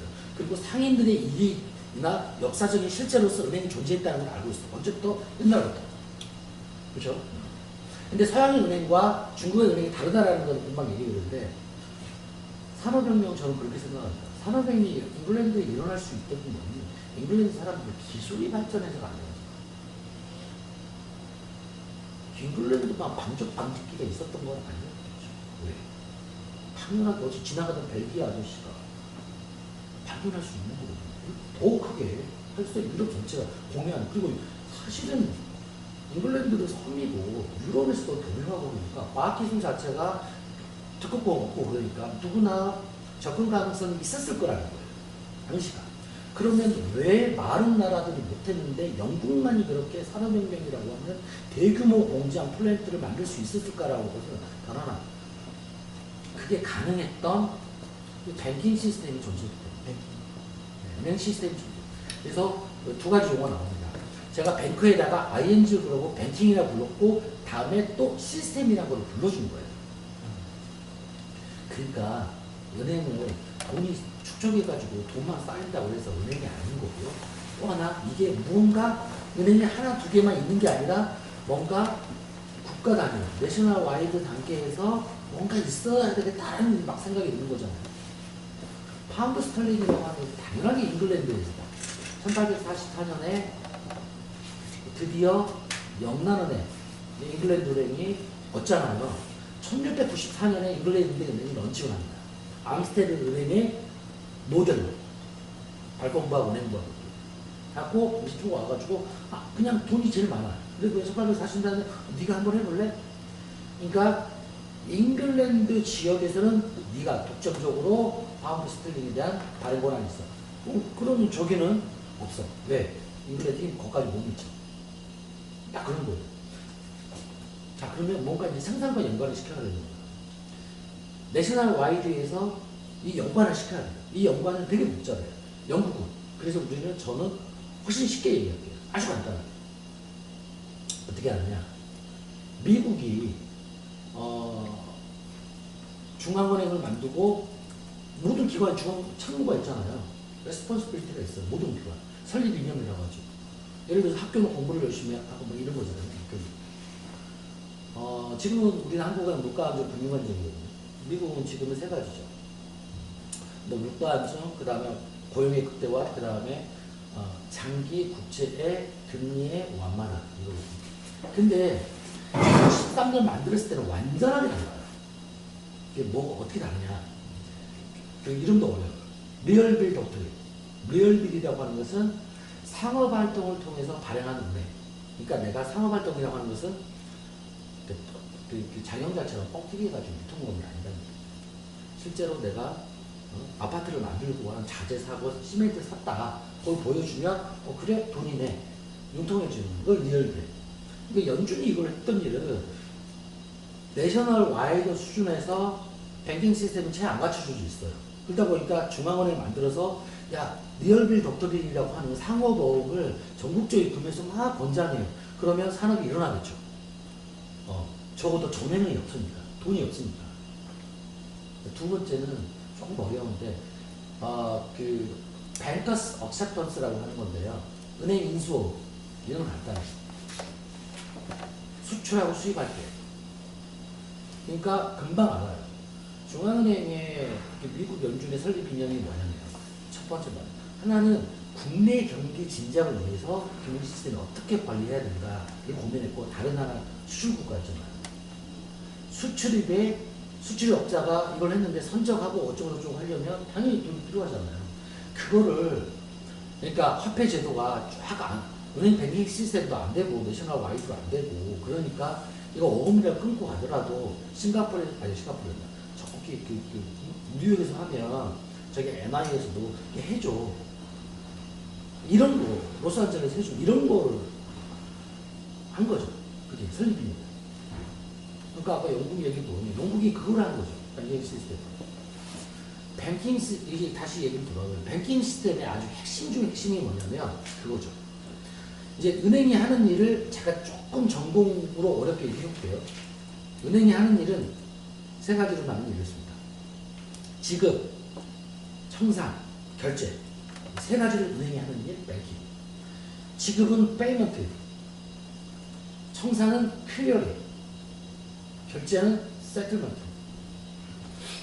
제가 여기서 커피를 사 먹고 카드를 긋습니다. 그 행위는 페이먼트라고 합니다. 그러면 제가 만약에 신한은행 카드로 신한은행 계좌에 돈이 빠져나가잖아요. 자, 그러면 이제 어떻게 되냐면 이 끝에 그 끝은 이 아저씨 계좌로 들어가야 되는 거예요. 아저씨 카드가 아니라. 자, 그러면 내 신한은행에서는 아저씨 은행에다 돈 줄 일이 있어요.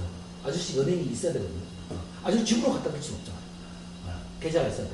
아저씨 우리은행에 있어요. 아저씨 우리은행은 돈 예를 들어 5,000원 받을 일이 있고 예를 들면 10불을 받아야 되는 거고 맞죠?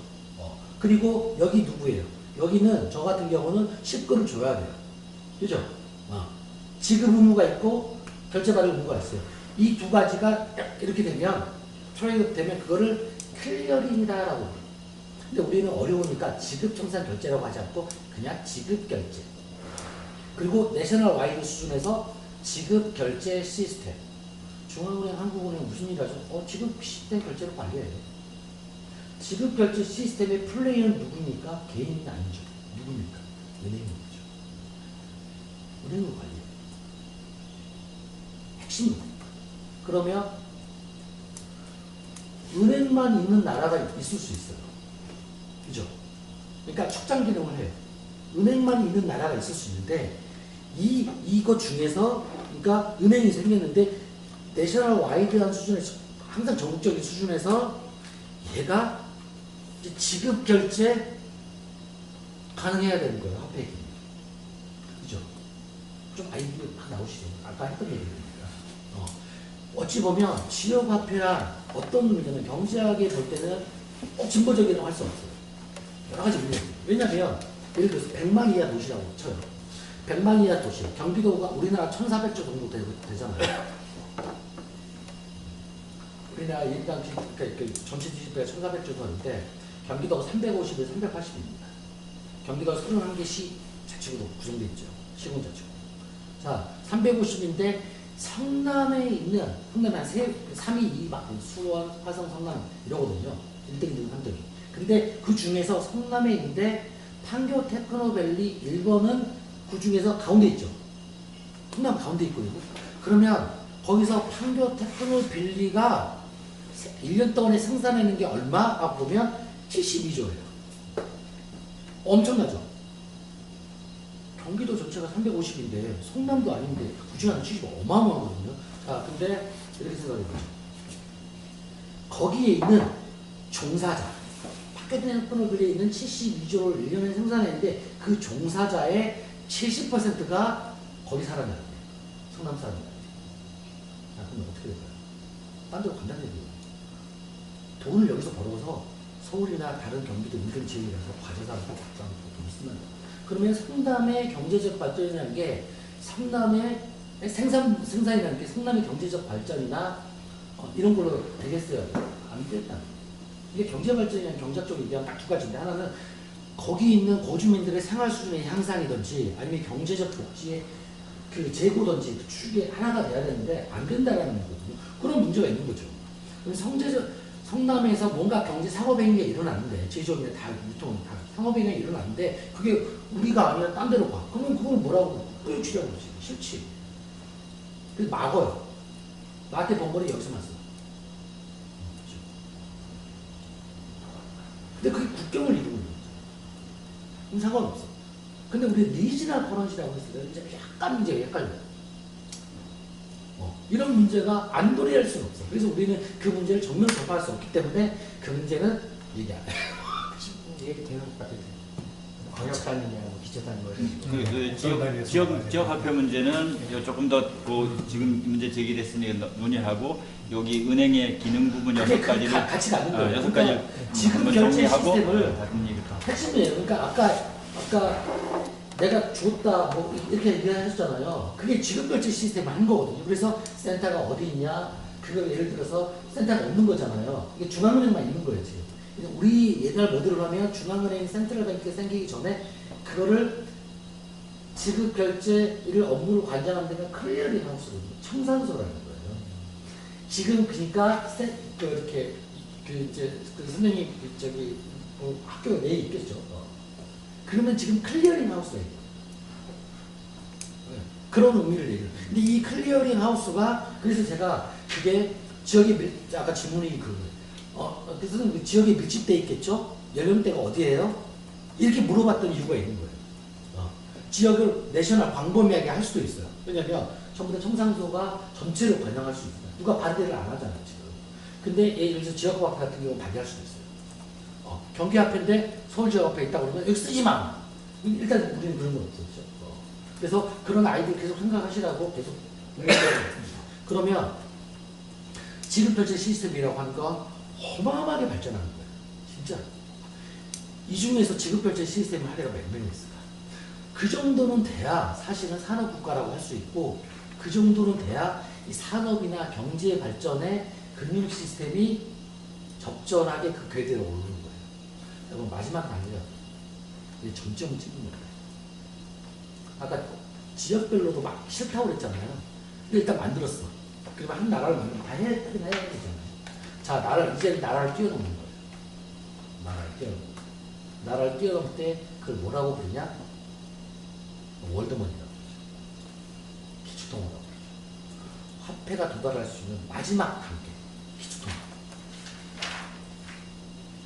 아까 아, 지금 그럼 5단계 축장에서 그 다음에 축장 다음이 지급 청산 결제. 그 지급청산을 그걸 구분하는 거예요. 지금 직장에서 은행으로 갔다. 우리 보통 3단계로 하는 걸 네. 지금 송 박사는 6단계로 다 세분화해서 지금 설명하시는 것 같아요. 그러니까 마지막이 6번째가 이제 기축통화라고 하는 거예요.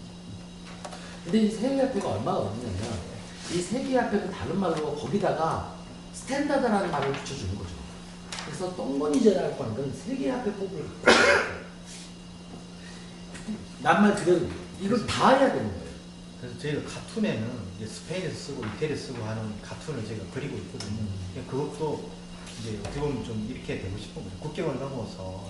왜냐하면 누구나 사람은 똥을 누르니까. 아까 지금 말씀하신 거. 가장 중요하게는 아까 말씀드린 상품이 화폐가 되려면 보편성. 대단히 어려운 거 뭐냐면 이 보편성 때문인데, 예를 들어서 생각해보죠. 기축통화를 제가 만들었어요. 제가 달러예요. 기축통화란 말은 다른 말로 하면 무슨 말이냐면 모든 사람이 다 쓰는 통화예요. 맞죠? 모든 사람이 다 써야 돼. 그래서 무역결제라고 쳐요. 무역결제라고 쳐요. 하다못해 저기 못 사는, 잘 사는 나라뿐만 아니라 못 사는 나라도 달러를 가지고 거래를 해줘야 그게 기축통화 나와요. 자, 그러면 이렇게 한번 생각해보죠. 달러를 아주 못 사는 나라가 가지고 있을 방법이 뭐죠? 이런 생각 잘 안 해보셨죠? 못 살아. 어떤 경우에 얘가 가지고 있을 수 있을까요? 그러니까 우리가 이 돈을 가지고 있을 때 아까 두 가지나 하나 훔치든지, 네. 아니 주든지, 무상원제를 주든지, 아니면 이렇게 해야지. 나라로 따지면 지가 이렇게 저렇게 해가지고 무역 흑자가 나야 돼요. 무역 흑자가 나야 돼요. 그죠? 무역 흑자가 난다는 말은 상대편 나라가 손해를 봤다는 얘기죠. 그러면 가장 가난한, 예를 들어서 에티오피아 같은 나라가 미국을 상대로 무역 흑자를 내야 된다는 거예요. 어렵죠. 그냥 줘. 그게 아니면 무역 흑자를 내야 돼. 그게 얼마나 어려운 일이냐. 기축통화. 자, 그러면 한번 보죠. 러시아, 유로, 독일, 중국이 기축통화국이 될 수 있을까요? 없어요. 왜? 기축통화국이 된다는 말은 어떤 말이냐면 내가 그 나라에 대해서 무역 적자를 봐야 된다는 얘기예요. 그래야 걔가 빨리 가거든요. 동시에 자본 적자를 봐야 돼요. 자본 적자 봐야 돼요. 맞잖아요. 그러니까 그렇게 되면 어떻게 돼요? 자, 미국은 어떤 취지가 되냐면 미국은 무역 적자고 다만하게 재정 적자. 우리가 흔히 얘기하는 쌍둥이 적자. 기축도가 된다는 것은 쌍둥이 적자. 근데 왜 아까 열거한 나라들이 안 된다고 하냐면 그런 나라는 어느 나라냐면 그 전통 국가라고 하는 전통에 따라서 말씀드리면 그런 나라들은 중상주의 국가예요. 중상주의 국가나 상호발동을 통해서 국가의 부를 창출하고 싶은 나라. 다른 말로 하면 10원 한 장짜리라도 무역에서 손해를 보고 싶지 않은 국가예요. 어떻게 그런 나라가 기축통화를 안 되는 거죠? 불가능합니다. 기축통화 된다는 것 자체. 근데 우리가 통화전쟁이라고 막 얘기하잖아요. 왜 도대체 그걸 부를까라고 하는데 그건 사실 다른 얘기가 아니라 좀 무슨 얘기냐면 그 그 사람은 또 기축통화 되고 싶다는 얘기 아니에요. 잘 보면 거기에 뭐라고 써져 있냐면 예를 들어서 누물의 국제화, 위에나의 국제화, 엔화의 국제화, 국제화란 말이 붙어요.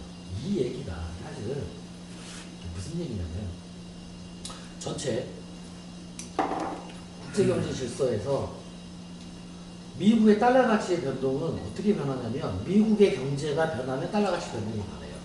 미국이 좀 좋으면 달러 가치가 높아지고 미국이 나쁘면 떨어져요. 그렇죠? 근데 미국을 제외한 나머지 국가는 어떻게 자국의 화폐가 변할까요? 자국 경제 상황에 따라서 변하지 않아요. 우리나라 원화 가치가 자국 경제 상황이 변합니까? 절대 그렇지 않아요.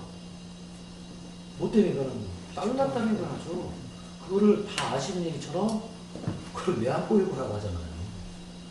그래서 우리나라 달러 가치를 우리나라 원화 가치를 방어하려면 우리나라 경제를 막 일으키는 게 아니에요. 외환보유고를 가지고 하는 거예요. 외환보유고가 있으면 우리나라 원화 가치를 지킬 수가 있어요. 누구도 다 마찬가지예요. 그러니까 우리나라 국내 경제와 우리나라 화폐가 1대1 대응이 아니에요. 너무 당연한 일이죠. 그래서 우리나라 경제는 우리나라 화폐 가치를 뭐라고 할까요? 반영하지 못해요. 예를 들어서 물론 통화승수도 있겠지만 통화승수를 제외놓고 가면 우리나라의 번호통화 한국은행에서 발행하는 번호통화 양이 한 20조 정도밖에 안 돼요. 왔다 갔다 해요. 20조. 그러면 10조 보면 통화승수가 있어가지고 막 어쩌고저쩌고 해요. 그러면 한국은행에서 그 정도 하면 은행에서 이제 신용 창조해가지고 다 우리나라를 이어줘요. 그러면 우리나라 원화 가치를 방어하는데 한국은행이 돈이 얼마일까요? 엄청나게 듭니다. 다른 말로 하면 20조보다 훨씬 많이 듭니다. 350, 380조. 그러니까 이럴 수 있는 거예요. 좀 이제 이런 얘기예요. 화폐 가치를 유지한다는 일이 나의 생산력의 바탕이 된 그렇게 이어지면 문제가 없어요. 그렇지만 그게 아니라 무언가 잘못 만들었어. 어디서? 아까 화폐의 두 번째 기능. 아까 회계인하니 가격표준 이 표준을 맞출 때 우리 표준을 안 맞췄다는 얘기거든요. 기축동화는 저기다 맞췄다는 얘기거든요. 그게 될 수 있는 거지. 그러면 얘기가 이제 아마 생각이 많이 들 텐데 예를 들어 똥보니 화폐라고 생각해요. 근데 똥보니 화폐가 지금 우리가 월드머니 단위는 못 가잖아요. 그래서 우리가 1단계, 2단계를 열심히 하는데 시를 살리고 그 단계마다 올라갈 때 가지는 의미, 그 다음에 이 공동체가 변하거나 그 다음에 소외당한 사람이 아니라 적극적으로 참여하게 만드는 그런 메커니즘 구조를 똥보니 화폐의 유통, 지급, 결제 등등으로 만들겠다라고 하는 것. 이 기능을 통해서 똥보니 화폐를 취지 삼으셨던 거를 실현시켜야 돼. 이렇게 되는 거거든요, 얘기가.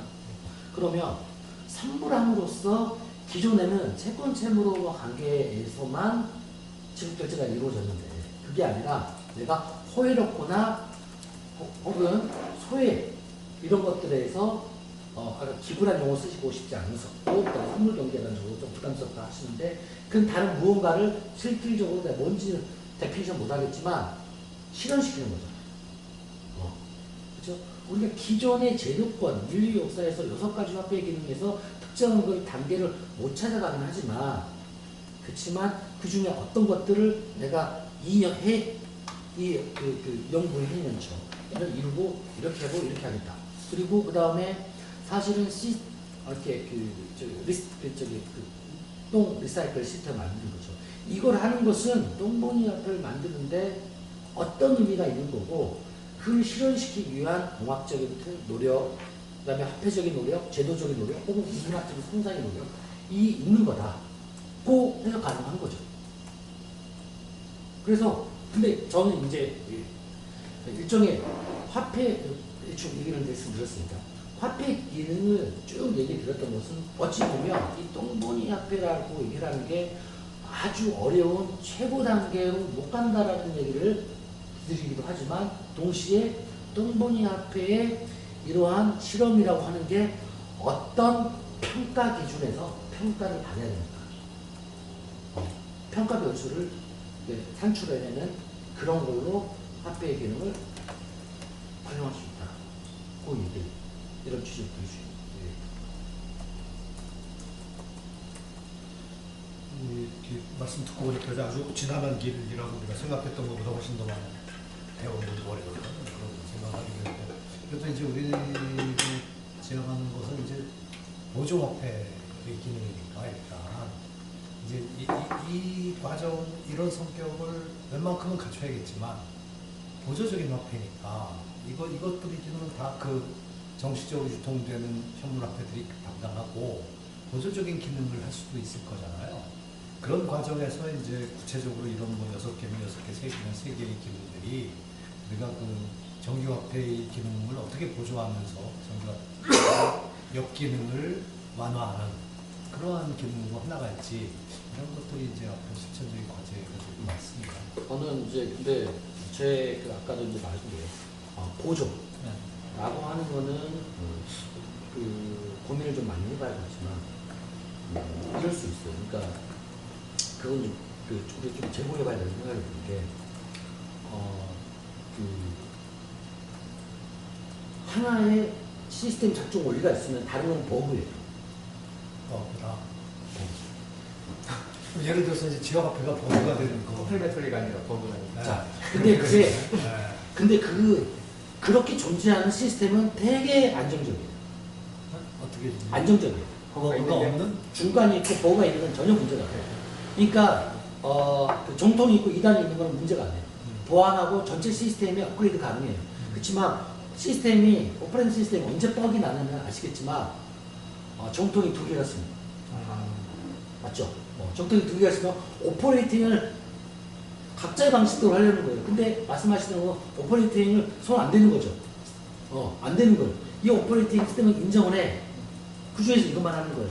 일종은. 그러니까 예를 들면 그런 거예요. 대통령 선거 나와서 공약은 지자체 공약하고 다르잖아요. 왜냐면 지자체 공약은 다른 정권이 대통령에서 국가 수준에서 정책 시스템을 설계했을 때 내가 할 수 있는 거는 오퍼레이팅 시스템을 바꾸지 않고 할 수 있는 거다라는 거잖아요. 근데 근데 똥보니 앞에 취지에서 보면 제 생각에는 그런 표현을 안 써주는 게 좋은 거예요. 내가 이 오퍼레이팅 시스템을 그냥 놔두고 그냥 보조적인 역할 아니라고 해서 보조적인 역할이에요. 그게 아니라 새로운 구심체와 그러니까 기존에 아까 누누이 얘기하듯이 숨만 쉬고 있는 똥 안 쌌더라도 숨만 쉬고 있는 살아있는 인간 조력서이란 중심으로 무언가 만들고 싶다라는 거잖아요. 그럼 지금 혁명을 해서 이 사회를 깨버려라는 그런 가로 가는 게 아니라 그러려면 보조적이라는 단어보다는 제가 볼 때 원래 취지가 있으니까 다른 잘 뭔지 모르겠는데 다른 적절한 데피니션이 있을 거예요.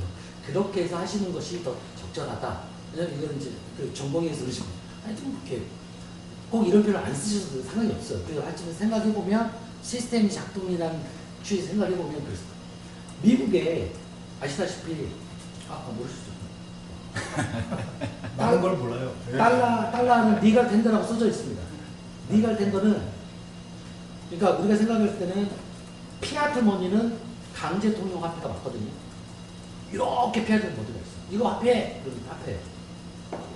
리갈 텐더는 뭐냐면 법으로 정해져 있어요. 강제 통용 화폐 중에 리갈 텐더. 이게 법화라고. 달러에 적혀져 있잖아요. 리갈 텐더라고. 그 두 가지 기능입니다. 채무 관계를 턴다. 두 번째, 세금입니다. 미국에 300개 정도 넘는 달러가 있습니다. 우리 시골에 지역화폐 있는. 근데 그 어느 것도 리걸 텐더로서의 지위를. 그러니까 흥선대웅은 아까 얘기했지만 흥선대웅은 자기가 시스템을 완벽하게 오퍼레이팅을 장악할 수 있는 능력이 안 됨에도 불구하고 리걸 텐더에 도전을 한 건데 그러려면 루즈벨트 군사력이 있든지 아니면 자기가 상인들을 다 잡든지 박정희처럼. 그러니까 상인을 잡은 박정희는 상인을 잡았고 그 다음 루즈벨트는 군사 권력을 잡아가지고 시행한 거잖아요. 자기가 화폐적으로. 근데 흥선은 아무것도 없었고 그렇잖아요. 그럼 우리는 전복이 아니니까 대신 다른 상상력을 꿈꿀 수 있다라고 생각을 합니다.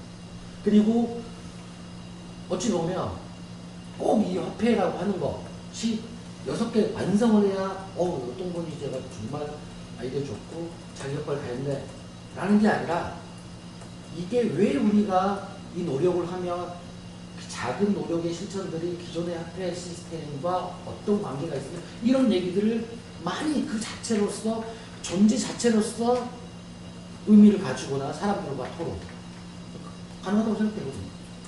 지금 잠깐 이제 브레이크를 하자면 굉장히 중요한 논점이 나온 것 같아요. 그 보완적이다 혹은 보조적이다 이런 것이 갖는 문제하고 또 이 시스템 전체에서 이미 그것이 어떤 우여곡절을 겪든 진짜 폴라니 말처럼 아리스토텔레스가 경제를 발견했다 해서부터 지금까지 온 역사를 통해서 화폐가 어떻게 자리 잡았는가라고 하는 것으로 볼 때 그 중심이 이 시스템에서 정말 중심에 거역하는 순간 이거는 기존의 경제학자들에 의해서 다 배제되는 기존의 경제학이라 하는 사람들은 어떤 식으로든지 간에 지금 이 시스템을 자연 질서처럼 여기는 형태이잖아요. 그래서 혁명을 해도 이 자연적인 질서처럼 되어 있는 것을 시스템을 엎으려고 하는 사람들이 있지만 어쨌든 경제적인 체제에 대해서 그렇게 되어 있는데 이것을 보완적으로 볼 것인가 아니면 이 시스템을 완전히 다른 형태를 취하고 있느냐 이런 형태라면 또 다른 접근이 또 새로운 문제 제기가 되는 것 같고 여기서 지금 보면 지금 아까 6가지 기능 중에 쭉 살펴보면 이제 그 고대 사회에서는 했던 역할이 지금 현대 사회로 들어오면 하여튼 계산 화폐하고 결제 화폐가 합쳐지는 거잖아요. 그죠? 이 과정들이 교환 수단으로서 혹은 계산 화폐로서 혹은 그 결제 화폐로서까지 이 은행 시스템 안에서 이 두 가지가 딱 겹쳐져서 지금 합쳐지니까 한 단계씩 성숙하는 거죠. 근데 그거는 지나간 쪽으로 보느냐 아니면 다 뭉쳐졌냐 어쨌든 간에 다 다르지만 하여튼 두 가지가 이 만능 화폐라는 형태로 얽혀 있잖아요. 그죠? 계산도 되고 결제도 다 끝나는 형태로 그게 은행이라는 시스템 안에서 되지만 은행 시스템도 시장 시스템 안에서의 은행이니까 그렇게 놓고 본다면 이게 하이어르키가 있느냐 없느냐를 떠나서 하나 다 통합되어 있는 거잖아. 시스템이라고 하는 게. 시스템 속에 그렇게 놓고 본다면 여서로 볼 수 있겠죠. 시스템 속에. 네, 이 시스템을 더 우리가 폴라니드의 시장 시스템으로 본다면 시장 체계로 본다면 그 안에 어떻게 되냐 흥선대원군하고 뒤에 박정희든 루즈벨트든 이 차이는 어떻게 그렇게 놓고 본다면 흥선대원군의 당백전이 실패한 이유는 시스템이 없는 은행 시스템과 시장 시스템이 자리 잡히지 않은 속에서 화폐라는 형태로만 가지고 그거는 순전히 어떤 정치적인 목적으로 어떤 목적으로 되어 있었으니까 실패가 불가피했다라고 쉽게 얘기할 수도 있겠죠. 그죠? 어쨌든 간에. 그렇다면 이 안에서 이제 이 지금 똥거니 화폐는 뿔이라고 하는 형태가 계산도 가능하고 결제도 가능하고 가치도 측정하고 이 가격이라고 하는 것에 대한 어떤 표준도 되고 그 안에서 생성도 되고 소멸도 되고 이런 전혀 다른 생태계처럼 하는 이 자체의 시스템을 갖고 있잖아요.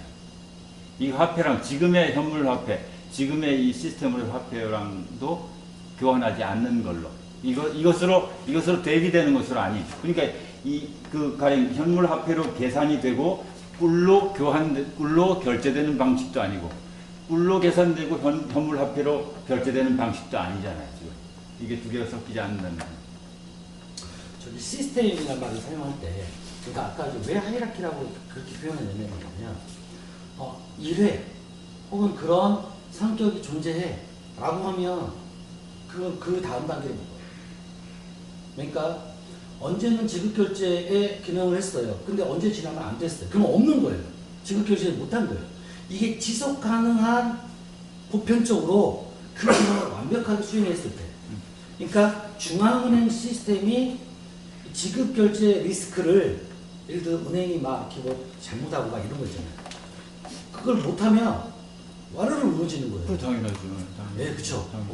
그래서 그 지급결제 시스템이 있는 나라도 그걸 제대로 관리하지 못하면 그 붕괴하는 거예요.